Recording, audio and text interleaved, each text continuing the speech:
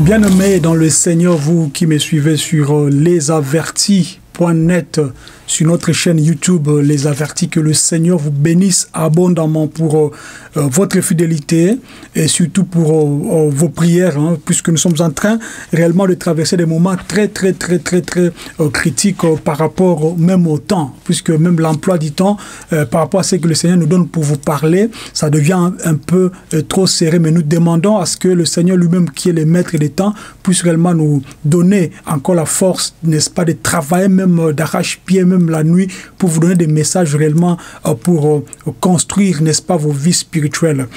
Nous sommes sur les avertis, comme vous le savez, ceux-là qui ont l'habitude de nous suivre. Vous savez que nous ne faisons pas toujours des émissions en français, il y a des émissions que nous faisons aussi en lingala. Pour ceux-là qui parlent la langue lingala, donc vous pouvez toujours voir nos émissions aussi en lingala dans différentes chaînes.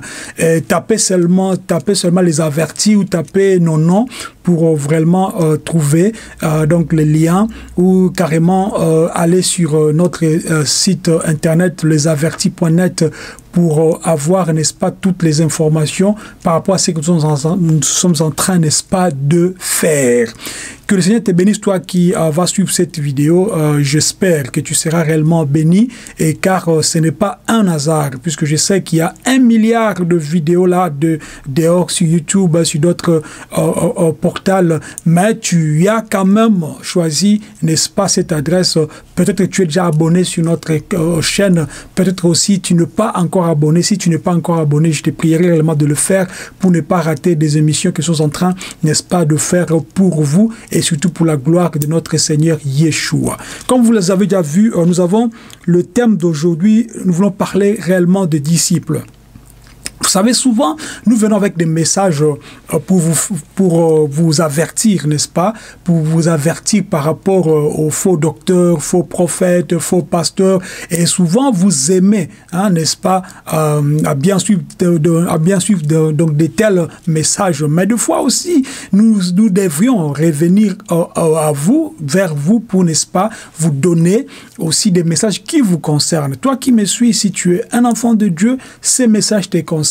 Après avoir suivi donc le message jusqu'à la fin, tu peux aussi, n'est-ce pas, partager la vidéo pour que ceux-là qui n'ont pas eu l'occasion de cliquer sur notre chaîne puissent réellement aussi en bénéficier. Je vais réellement te parler à toi qui me suis en ce moment. Que signifie être disciple? C'est la question que nous allons réellement aborder aujourd'hui dans quelques minutes pour essayer un peu de vous répondre selon ce que le Seigneur nous a réellement donné comme explication. Nous allons d'abord faire la lecture. Prenons le livre de Matthieu, chapitre 16. Je vais lire rapidement. Chapitre 16 dans son verset 24. Alors Jésus dit à ses disciples, « Si quelqu'un veut venir après moi, qu'il renonce à lui-même, qu'il se charge de sa croix et qu'il me suive. Car celui qui voudra sauver sa vie la perdra, mais celui qui la perdra à cause de mon nom la retrouvera. » C'est le message, c'est la parole de Yeshua en réponse avec, n'est-ce pas, ce que Pierre lui avait dit. Nous sommes dans le verset 22 du même chapitre, lorsque Pierre dira, Pierre l'ayant pris donc à part, s'est mis à reprendre et dit, à Dieu ne plaise Seigneur, cela ne t'arrivera pas. Là, Pierre voulait, n'est-ce pas, convaincre Yeshua par rapport à la croix, par rapport à la souffrance qu'il allait, n'est-ce pas, endurer donc à la croix. Et plutôt Pierre voulait, n'est-ce pas, le convaincre afin que Yeshua ne puisse pas prendre, n'est-ce pas, cette coupe. Nous voyons ici même dans le verset 23, le Seigneur lui dit, mais Jésus se retournant dit à Pierre, « Arrière de moi, Satan, tu mets en scandale, car tes pensées ne sont pas des pensées de Dieu, mais celles des hommes. » C'est-à-dire, Pierre, dans son amour humain, il voulait, n'est-ce pas, convaincre, n'est-ce pas, ou persuader, n'est-ce pas, le Seigneur pour qu'il ne puisse pas, n'est-ce pas, prendre le risque d'aller mourir à la croix. Et Pierre, ne sachant pas que c'est la mission donc pour laquelle notre Seigneur Yeshua était venu sur la terre. Alors, c'est de là que nous voyons la réponse de Yeshua, donc dans le verset 24 plutôt, qui nous parle de ce que nous voulons réellement parler aujourd'hui, donc des disciples. Je reprends donc la lecture. Alors Jésus dit à ses disciples, si quelqu'un veut venir après moi, qu'il renonce à lui-même. Donc, la réponse, je peux dire la question de notre thème d'aujourd'hui, qu'est-ce que signifie être disciple? Vous voyez déjà que la première réponse dit, être disciple, c'est se renoncer à lui-même. C'est se renoncer à lui-même, c'est-à-dire ne pas prendre trop d'importance de ce que tu es. Beaucoup de gens commettent cette erreur, n'est-ce pas? Ils pensent que à force de bien prendre soin de leur corps, à force de bien prendre soin, je ne sais pas, de leur peau, à force de bien prendre, n'est-ce pas, soin de leur environnement, qu'ils vont vivre longtemps, qu'ils vont plaire à Dieu, non, ce n'est pas ça. Un disciple réellement doit se renoncer à lui-même, c'est-à-dire il doit pas faire, n'est-ce pas, donc son cas, un cas, n'est-ce pas, comment dire, important devant les hommes. Un disciple, c'est celui qui peut laisser sa place pour donner à une autre personne. Un disciple, c'est celui qui s'assoit par terre pour, n'est-ce pas, donner la place à son maître. Un disciple, c'est celui qui réellement comprend que même si je souffre, c'est Dieu qui permet que je puisse souffrir, puisque après ma souffrance, je sais exactement ce que le Seigneur va faire, c'est-à-dire il va, n'est-ce pas, me faire sortir de cette souffrance. Un disciple, c'est celui qui dit que même si je ne vois pas le bonheur sur cette terre, je sais qu'un jour, mon époux reviendra pour me prendre afin que je puisse vivre pour l'éternité. Un disciple, c'est celui qui comprend réellement les temps. C'est ça un disciple. C'est-à-dire un disciple doit réellement se renoncer à lui-même. Un disciple ne doit pas faire, ne doit faire aucun cas, n'est-ce pas, de sa personnalité, comme d'autres gens qui aiment, n'est-ce pas, se défendre, comme d'autres gens qui aiment, n'est-ce pas, montrer, n'est-ce pas, leur vie privée, comme d'autres gens qui aiment, n'est-ce pas, montrer leur diplôme, comme d'autres gens qui aiment, n'est-ce pas, montrer leur voiture. Ce n'est pas ça un disciple. Un disciple, c'est celui qui est d'abord humble. Un disciple, c'est celui qui réellement donc renonce à sa vie. Et nous continuons. Et un disciple doit se charger, n'est-ce pas, de sa croix. C'est-à-dire la première question, la première plutôt réponse était qu'il renonce à lui-même, qu'il se charge de sa croix. Et par rapport à la croix, nous allons lire plusieurs, n'est-ce pas, passages qui parlent, n'est-ce pas, de la croix. Un disciple est celui qui réellement doit porter la charge. Il doit porter sa croix. La croix ici, c'est quoi? C'est sa responsabilité.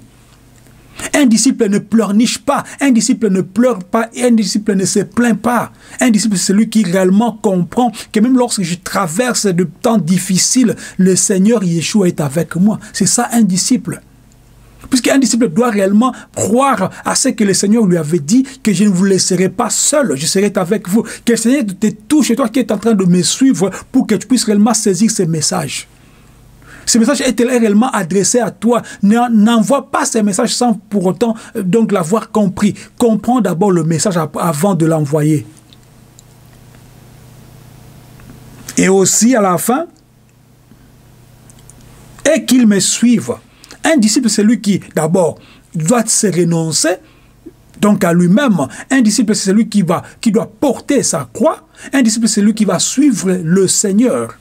Quand on dit suivre le Seigneur ici, ça dit suivre sa façon d'être, suivre sa façon d'agir, suivre sa façon même de pardonner. Un disciple n'a pas la haine. Un disciple ne fait pas de revanche. Un disciple ne calomnie pas. Un disciple ne ment pas. Un disciple ne vole pas, puisque le maître n'a pas volé, n'a pas calomnié, n'a pas commis d'adultère. Donc d'adultère. Un disciple doit réellement être comme son maître.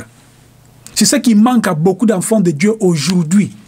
Tu veux être réellement, tu t'appelles chrétien. Nous employons le mot disciple. Pourquoi? Puisque nous croyons que le Seigneur a laissé le disciple. Il a laissé ses disciples, car il dit même à ses apôtres qu'allez et faites de toutes les nations les disciples, c'est-à-dire les gens qui vont suivre mes enseignements. Un disciple, c'est un élève qui suit les enseignements d'un maître. Alors un disciple doit réellement être comme son maître. C'est ce qui est très important. Nous allons lire 1 Corinthiens chapitre 11 verset 1. Je vais paraphraser. L'apôtre Paul dit « Soyez mes imitateurs comme je le suis pour Yeshua ». L'apôtre Paul voulait seulement nous dire ici que lui seul était tellement sûr qu'il était imitateur, n'est-ce pas, de Yeshua. C'est pourquoi il vous dit, il te dit à toi aujourd'hui d'être l'imitateur, pas de Paul, pas de Kashisha, mais sois réellement imitateur, n'est-ce pas, de Yeshua. Puisque Yeshua ne commet pas d'erreur, il ne commet pas de faute. Yeshua ne fait pas de mal. Yeshua sur la terre étant humain n'a pas commis un seul péché. Alors soyons comme lui. Pour ne pas tomber, n'est-ce pas, dans le piège du diable. Soyons comme lui pour reconnaître réellement la suprématie de son esprit. Soyons comme lui pour ne pas tomber, n'est-ce pas, dans les aventures que nous voyons sur la terre. Les gens qui, n'est-ce pas, laissent l'essentiel de ce que le Seigneur nous a dit. Cherchez d'abord le royaume et la justice. Les hommes se donnent, n'est-ce pas, se battre pour avoir des positionnements, pour avoir des titres, pour avoir donc de l'argent, pour acheter des voitures et des maisons. Mais ils oublient qu'un jour, lorsque tu vas mourir et tu laisses toutes ces choses-là, ce sont d'autres personnes qui vont en profiter. Même si tu n'as pas d'enfant, c'est l'État qui va en profiter. C'est pour comprendre qu'il faudrait d'abord chercher le royaume et la justice. Mais tu ne peux jamais recevoir le royaume et la justice, la justice si tu n'imites pas, n'est-ce pas, Yeshua. Yeshua dit quelque part que ma nourriture, c'est faire la volonté de mon Père. Serais-tu réellement prêt ou prête à dire ça, mon frère, ma soeur? 1 Pierre 2, 20 nous dit, je paraphrase, supportez les souffrances lorsque vous faites du bien. C'est-à-dire, quelquefois, lorsque tu es dans le bon, les gens viendront, ils vont n'est-ce pas, te calomnier, ils vont, n'est-ce pas, t'injurier, ils vont, n'est-ce pas, donc, te provoquer, ils vont, n'est-ce pas, réellement parler mal de toi. Mais toi, sache qu'après avoir vaincu, n'est-ce pas, toutes ces souffrances, le Seigneur va réellement te faire du bien.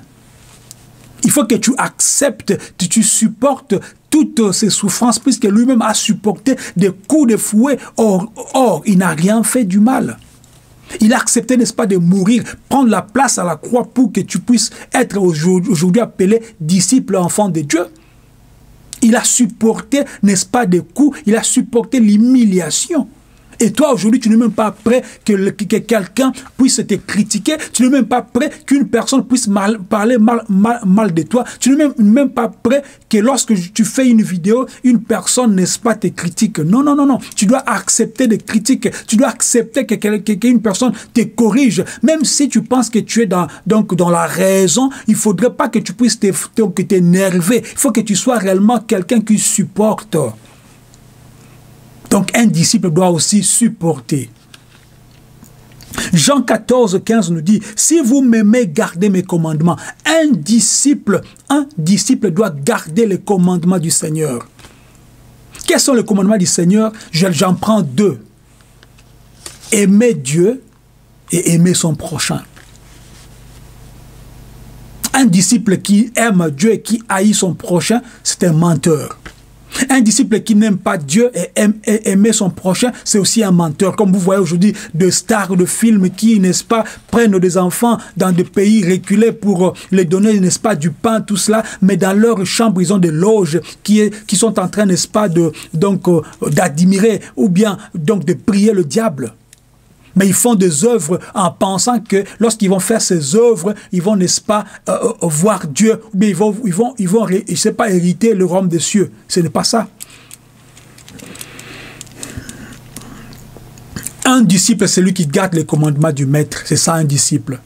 Jean 14, 15. Jean 14, 1 dit, ne vous troublez pas. Croyez en Dieu, croyez en moi. Un disciple, c'est celui qui garde, qui est calme même devant le problème. Un disciple est celui qui a la foi, il sait que mon Rédempteur est vivant, il s'élèvera le dernier. Un disciple, c'est celui qui pense que même si je marche dans la vallée de l'homme de la mort, je ne crains aucun mal, car le Seigneur est avec moi. Un disciple, c'est celui qui dit que le Seigneur est capable même de tracer une table en face de mes ennemis. Un disciple, c'est celui qui croit, même lorsque je suis malade, je vais retrouver ma guérison, car le Seigneur est avec moi. Un disciple, c'est celui qui croit, même si ils veulent m'enterrer déjà, le Seigneur est capable, n'est-ce pas, de rendre le souffle afin que je puisse revenir à la vie, comme il a fait avec Lazare. C'est ça, un disciple. Un disciple, il n'est pas troublé lorsque tu as des petites situations dans ta vie, dans ta famille, dans ta société, je ne sais pas, dans ton entourage, tu commences, n'est-ce pas, à perdre le contrôle, à perdre patience, puisque tu n'es pas un disciple. Si tu es un disciple, tu dois savoir que le Maître a dit, venez à moi, vous tous qui êtes chargés et fatigués, je vous donnerai du repos.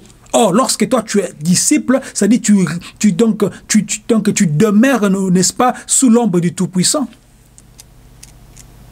Tu as déjà le repos, car le repos, le Shabbat, c'est Yeshua. Luc chapitre 14, verset 27. La croix, comme j'avais dit au début. Un disciple doit porter la croix, sa croix. Pas la croix de Yeshua, ta croix à toi. C'est-à-dire, tu dois porter ta responsabilité, tes injures, tes calomnies. Tu dois tout porter pour Yeshua. Il a dit qu'ils parleront mal de vous. Mais laisse qu'ils parlent mal de vous, mais qu'ils ne vous trouvent pas dans ces actes-là. C'est ça, un disciple. Un disciple, c'est celui qui accepte même les humiliations, donc l'humiliation. Un disciple, c'est celui qui accepte, n'est-ce pas, qu'on parle mal de lui. C'est ça, un disciple.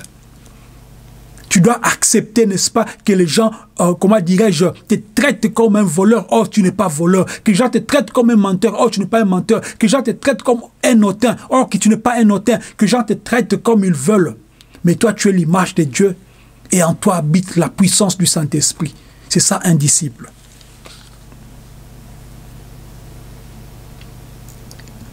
Pour terminer,